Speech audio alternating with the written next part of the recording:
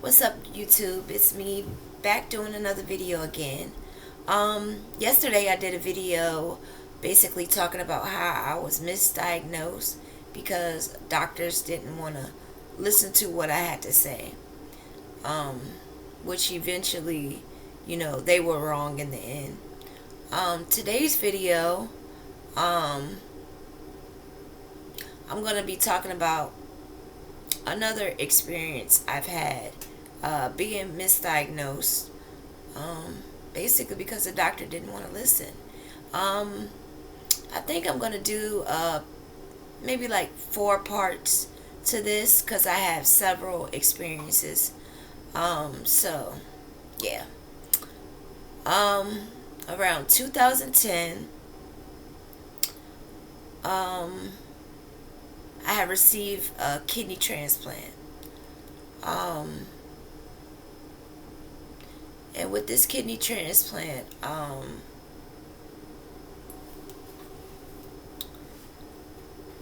well, first off, let me start by saying issues I've had um, once getting my transplant. Now, this one issue I had was when you get a kidney transplant, they pretty much give you a stent. And what the stent does is it holds the kidney in place until tissue can grow around it to so that your kidney will be able to stay in place by itself. But you have to leave the stent in for a month. Now, when I got my kidney transplant, being that I had to go to the hospital like every week when I first got out to every 2 weeks, they keep track of everything. Once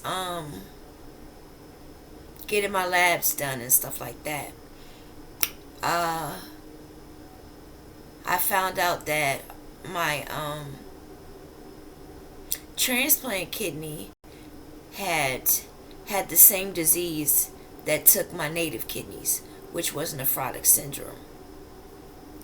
Um, so during that process, my doctor, had me, doing all types of different treatments and taking different medications to try to reverse this situation. In the process, your stent is only supposed to stay in for a month. Mine stayed in a little over a month. So, like I said, when I was going back and forth to the hospital, um, just going to get lab work and stuff like that. Well, not actually to the hospital, but to a clinic. Was going back and forth to get different lab work and stuff. When I got there, they did the typical, you know, lab work that they would do once you have your transplant. But meanwhile, um, I called my doctor, who was in Norfolk, and I was in Newport News at the time, at this clinic, CHKD clinic. And I called her and I said, I think I'm getting a urinary tract infection.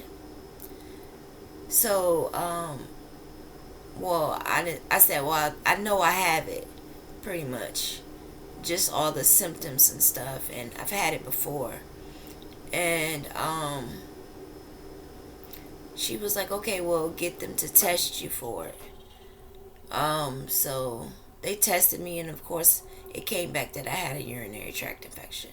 So, the nurse there at that clinic ordered me some medicine, to treat it. Now, when I left, I live in Williamsburg, which is about 30 minutes, maybe less, um, from Newport News. So I left from Newport News, and by the time I got to Williamsburg, I could barely move. I was so sick. And if anybody's familiar with urinary tract infections, sometimes when they get bad, it's just like you can't control, you know, you urinating, but you're really not urinating that much. It's kind of like you're spazzing, and you're just spazzing each time, you know. So I kept doing that. I knew I had a high fever because I could barely move. So I called my doctor and I told her, I said, hey, I said, I feel awful. I said, I feel bad. I can barely move. I said, you know, I'm continuously spazzing and it's just like I can't control, the urinating. And she called the transportation that had just dropped me off and told them to get me to Norfolk. So, after I got changed and got comfortable and stuff, um, the cab company that picked me up came back and they called me to let me know that they were outside, and I was just like, please just give me a minute. I said, I don't feel good. And they're familiar with me, so she was just like, the dispatcher was just like, I'll let them know, honey, like, I know that you don't feel good. I can hear it in your voice. So, I get in the cab, and where I messed up is because I had such a high fever. The first thing you want to do when you have a fever is cover up because you're cold.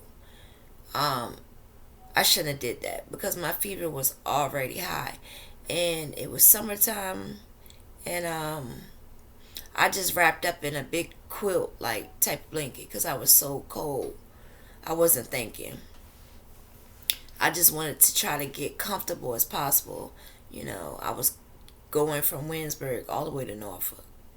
So, you know, get there, get in the cab. They asked me, am I okay? I said, I'm not doing too good. And they were just like, well, let us know if you need anything.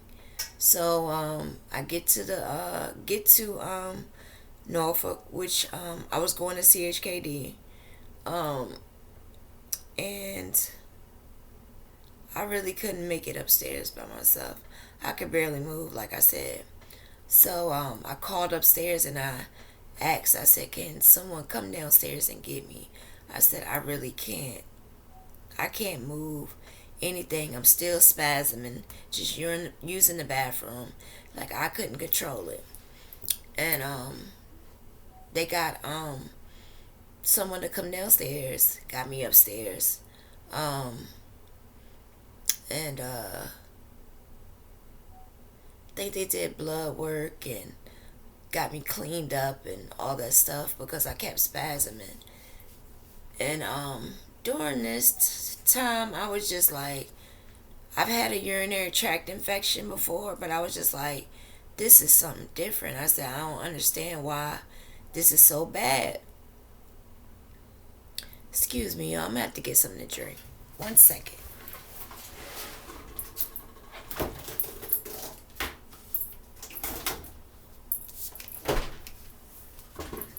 Sorry about that.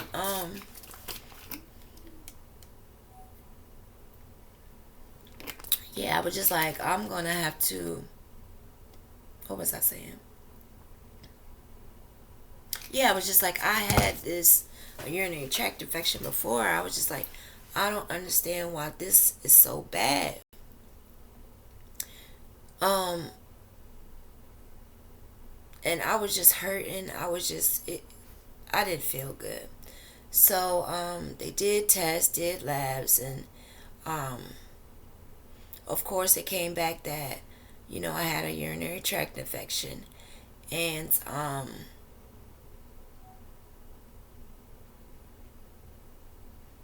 it also came back that I was septic.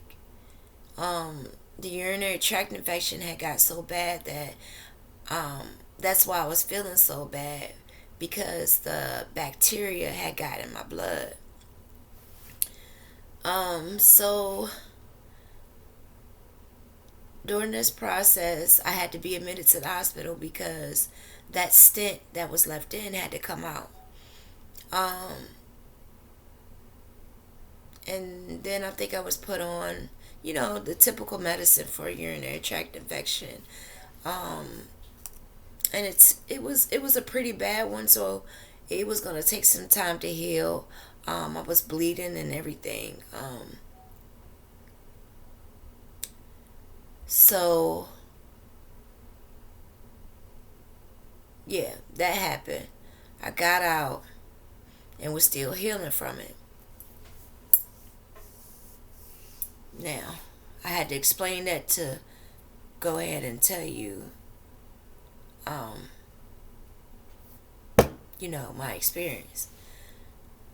So I got out, and I want to say it wasn't even a week or so. Maybe it was a week, but I had started experiencing these real bad headaches, um, which were actually migraines. Um, I later found out. And I had never had um headache like that. Um, and like I said, I have high blood pressure, but I'm not symptomatic with my blood pressure. I don't usually get headaches or like, my pressure's just high. I don't have any type of headache. But this headache was to the point where any type of light, sound, anything was just it would intensify the headache. Um so days went on, and I ended up going to the emergency room. Now, as I go to the emergency room, I explain everything what's going on, the headaches and stuff like that. I get there, they do the typical test, they do the urine, the blood work, and all that. So then they came back and they were like, well, you have a urinary tract infection. And I explained to them, yes, because when they did the urine test, um, my urine had blood in it and stuff like that, which, I just explained earlier. I had a real bad urinary tract infection, so it was going to take me some time to heal. And I was just like, yeah, I know. I said, I'm already being treated for that. And, they kept trying to pressure me to take all this medicine. I refused. I'm just like, I'm being treated for it. And I just kept saying, well, that's not what I'm here for. I'm telling you that I'm having really bad headaches to the point where any type of light, noise, or anything is just messing with my head. So, of course, when they were doing, they check your blood pressure and all that stuff, my blood pressure was really high. And, like I said before, with me, I don't have kidneys at all. So my pressure is either all the way good or it's all the way bad. And I think because of the pain, my pressure spiked up even more.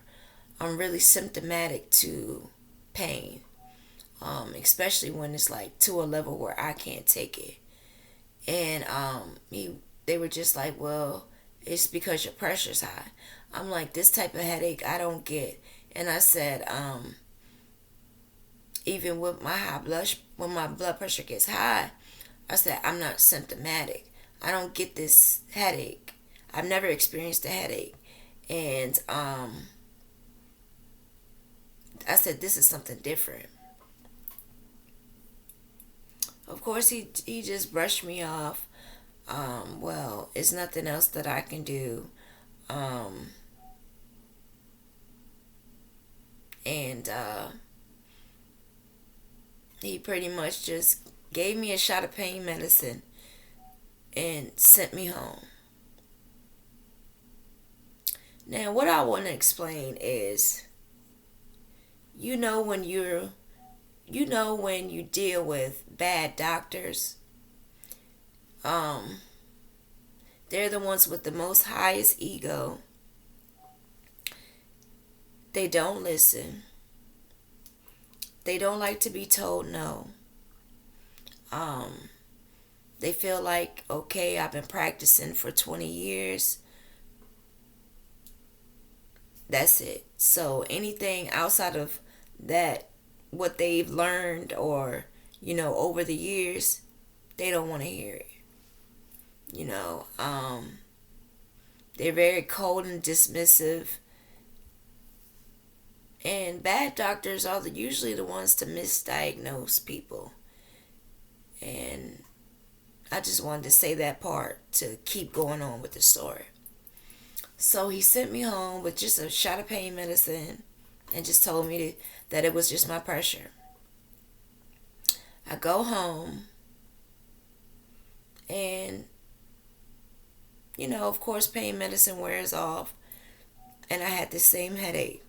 I mean, the headache was so bad that I was in the room, pitch black dark. I put sheets over top of curtains just to have it pitch black dark. So no light was in. I wasn't watching TV. I wasn't on my phone or anything.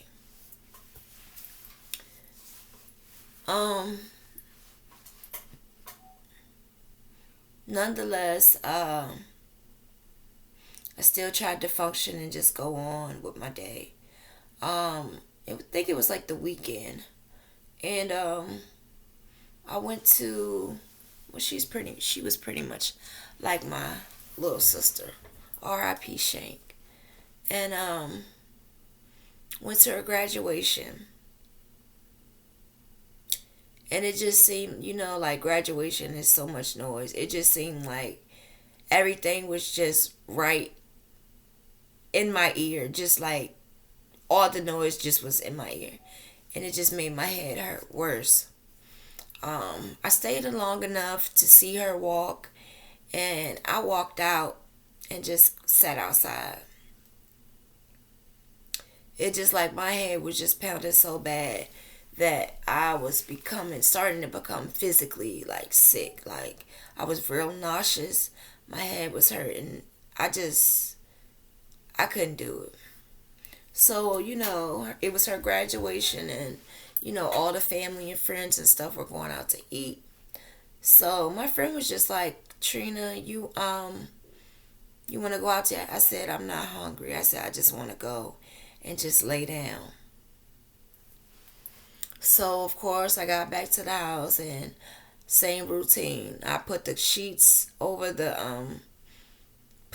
back over the curtains.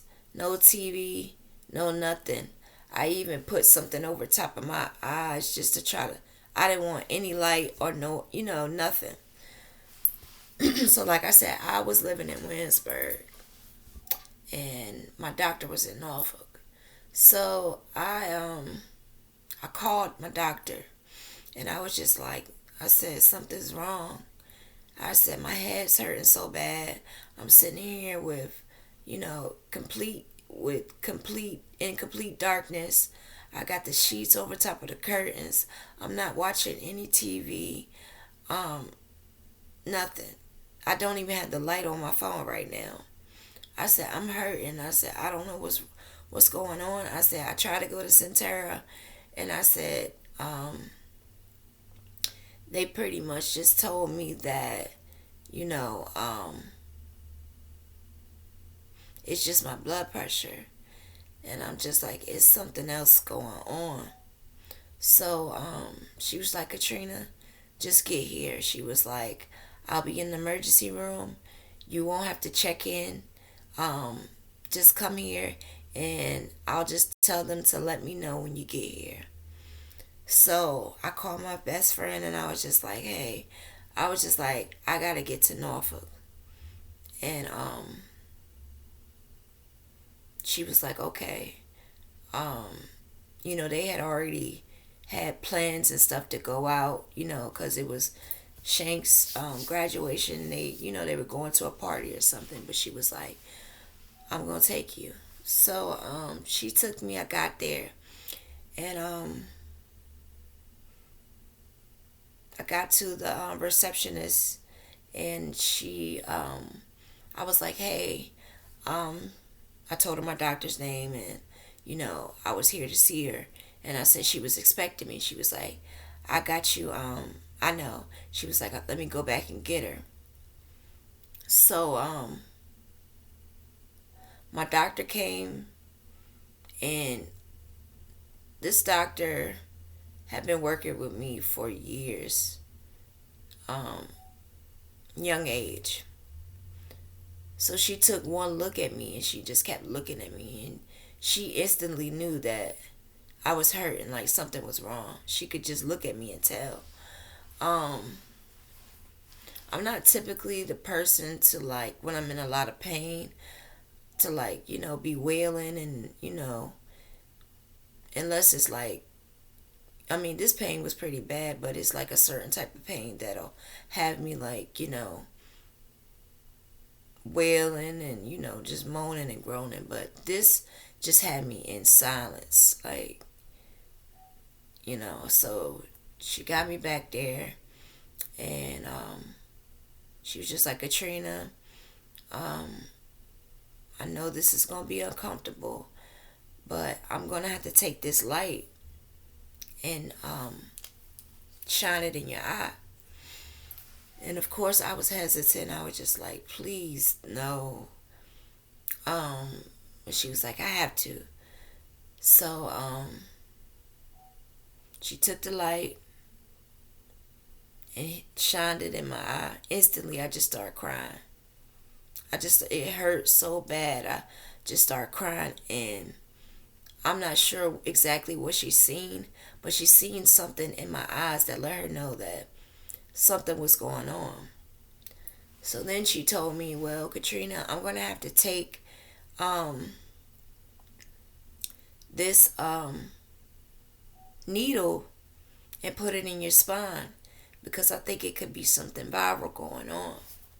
And the only way for me to tell is if I take this needle and draw some fluid from your spine.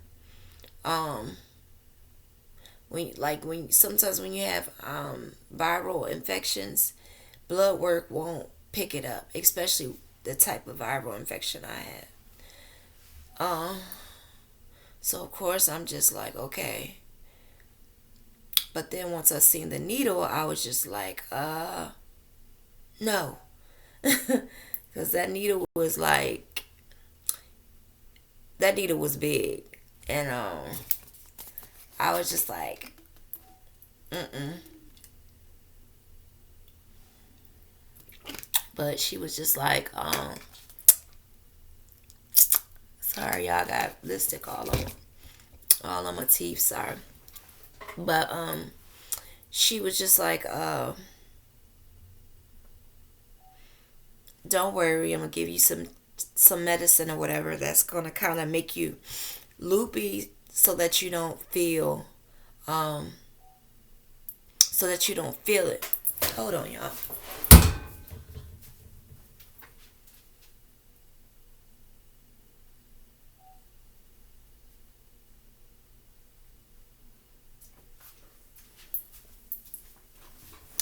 All right, sorry. So she was just like, so you don't feel it. So I was like, okay. So they gave me the medicine that kind of made me loopy. And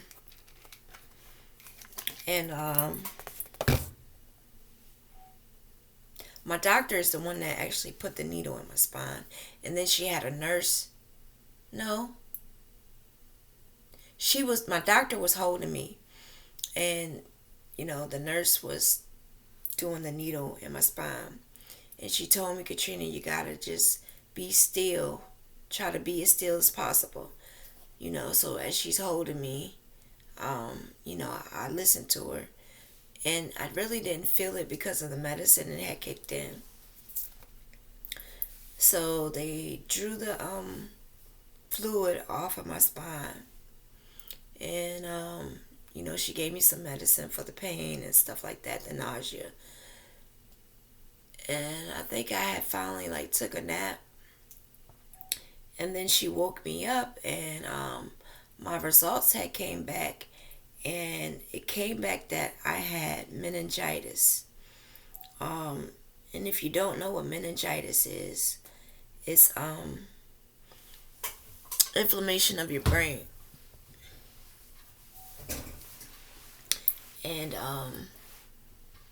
she was telling me that, like I said, the headaches that I thought I was having were actually migraines. And she was just like, it was pretty much from the inflammation on my brain. And I'm not quite sure how I ended up with it, but I think she was pretty certain that it had something to do with the bad urinary tract infection that I had, that I became septic and stuff from the bacteria. Um, so she told me I would have to be admitted to the hospital. Um, and I was on pain medicine for a while. And they were just watching me and just keeping an eye on it.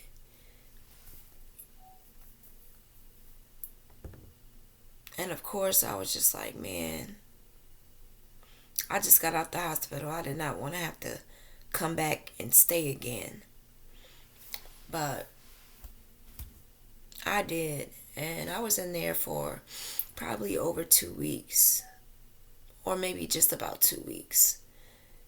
And then I was finally, you know, able to go home. But like I said, it's important to just keep being your own advocate. When you feel like something's wrong and one doctor says, you know, one thing, go somewhere else, you know, because doctors are not always right. And like I said, most of the bad doctors are the ones that won't listen. And things like this happen where you're misdiagnosed, you know. And it wasn't just high blood pressure that was causing my headache. I had meningitis. And if left untreated, meningitis is something that could kill you, you know. But I just kept going. I said, I know that I'm just not gonna stop at um at what this doctor's telling me, because I know my body and I know something's wrong. You just have to, like I said, you just have to be your own advocate nowadays, because a lot of doctors, like I said, the bad doctors are the ones that are like, it's more bad doctors than it's good doctors. And the bad doctors are the ones that just are dismissive, like I said, just cold toward anything that you have to say. They don't want to listen, you know. Um, the simplest diagnosis, that's what they're trying to go with, because they don't really want to do any work or, do any more than what they have to. Um, and it's sad. It's sad. It's sad, you know. And I'm sure I'm not the only one that has been through it, um, or that's going through it, You just have to be your own advocate and don't stop. Don't just let a doctor tell you that, tell you one thing, and you could feel it in your gut, and you could feel in your body, because you know your body. You know that something's wrong. You know. Um, that's all I can say. And just be aware of these bad doctors, you know. And like most time now, it's just like hospital have medical bullies, you know. Um, they will try to pressure you into doing something, or use scare tactics to make you do something, or if you refuse to listen to their diagnosis, then you're being non-compliant. They'll sign you out with an AMA as refusal to listen to a doctor's orders. But that's not what it's for. You shouldn't be punished for having an opinion, having concerns, or disagreeing with a doctor because you know your body. But it happens. It's really, seriously, I'm telling you from experience, it's medical bullies. And then you have cliques, where certain doctors and nurses will click together and, even lie. But, then it's just like, who's going to listen to me? Because now it's me against a whole hospital. And of course they're going to take each other's back. And then it's just like they have where you can go to I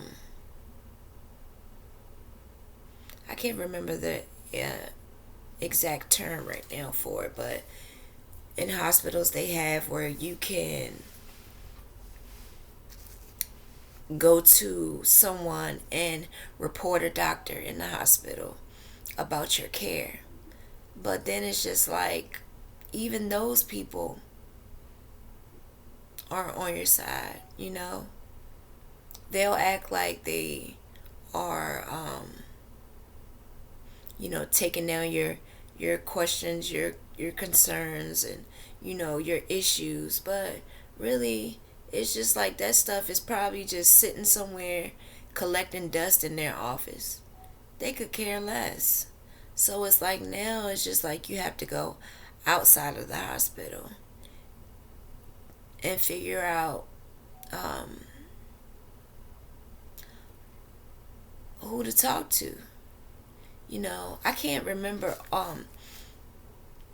the exact terms for the people right now off the top of my head, but just know that if the people inside of the hospital won't listen, it's always somebody over somebody. And most of the time when you experience stuff like that, you have to actually go outside of the hospital. And I'm going to try to find my paper with the information, and maybe I'll link it in the next video for someone who's experienced something like this, and they want to get help and aren't getting it. But it's someone where you can actually you can never I'm not sure if they have anything really that you could just report a whole hospital, but it is something where you can report a doctor. And once filling out this information, like once you have all this information, you have to have dates. You have to know the doctor's first name, last name. What you went in for, what happened. Like, you have to be very detailed and about your experience. And then they'll be the ones to come in and, set stuff straight. But like I said, be your own advocate. And don't be afraid of these doctors at all, because a lot of this stuff that these doctors and stuff try to do, they do it because a lot of patients are ignorant to a lot of stuff. And that's what they count on, people to not know their rights, as a patient, and different people that they can talk to when they aren't treated properly, and have things like being misdiagnosed. A lot of doctors now, the bad doctors, they like stuff like that, because those are the people that they can easily manipulate and just get them to go off of whatever they say because they don't know any different. They feel like, okay, well, this is a doctor, so they would know more than me. But just even, like I said, like being your own self advocate, look up information, read about things. It's so much stuff that's out there, you know, that they don't want you to know. They don't want you to know. But like I said, just inform yourself on different things when it comes to this type of stuff. Because I mean, like I said, I know I'm not the only one that has experienced it or is experiencing it, you know. And I just wanted to share that. Like I said, I'll be doing a couple more videos on um, how I was misdiagnosed. And like I said, I'm going to get the information and share it in my description on who you can talk to outside of the hospital as well as inside. Um, More so outside if, you know, the people that's inside the hospital aren't doing what they're supposed to do. And remember, you can always report a doctor. Like I said, just make sure you have their name and things like that. Just make sure that you have details because that's what they're looking for. Um, but that's it for this video, y'all. Kind of went a little over than what I expected, but um, if you like the video, like it, comment, and share this video. All right, y'all. Have a good day.